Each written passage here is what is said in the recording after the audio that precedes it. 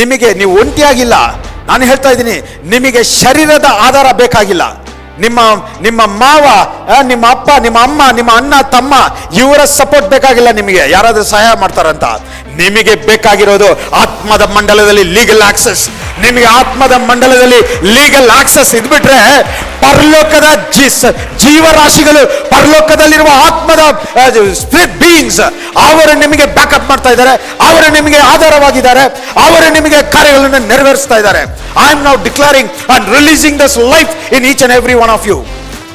ಈಗ ನಾನು ಹೇಳ್ತಾ ಇರೋದು, ನೀವು ಅವ್ರು ಎಲ್ಲಿದ್ದಾರೆ ಹೇಗೆ ಕರೆಯೋದಲ್ಲ, ನೀವು ಲೀಗಲ್ ಆಕ್ಸೆಸ್ ಹೊಂದಿದ್ದೀರಾ ಅಂತ ತಿಳಿದ ಮೇಲೆ ಅವ್ರು ನಿಮ್ಮ ಸುತ್ತನೇ ನಿಂತಿದ್ದಾರೆ. ನೀವು ಕರಿಬೇಕಾಗಿರುವ ಅವಶ್ಯಕತೆ ಇಲ್ಲ, ಅವರು ತಾನಾಗೆ ಬಂದು ನಿಮಗೆ ಕಾರ್ಯಗಳನ್ನು ನೆರವೇರಿಸುವಂತರಾಗಿದ್ದಾನೆ.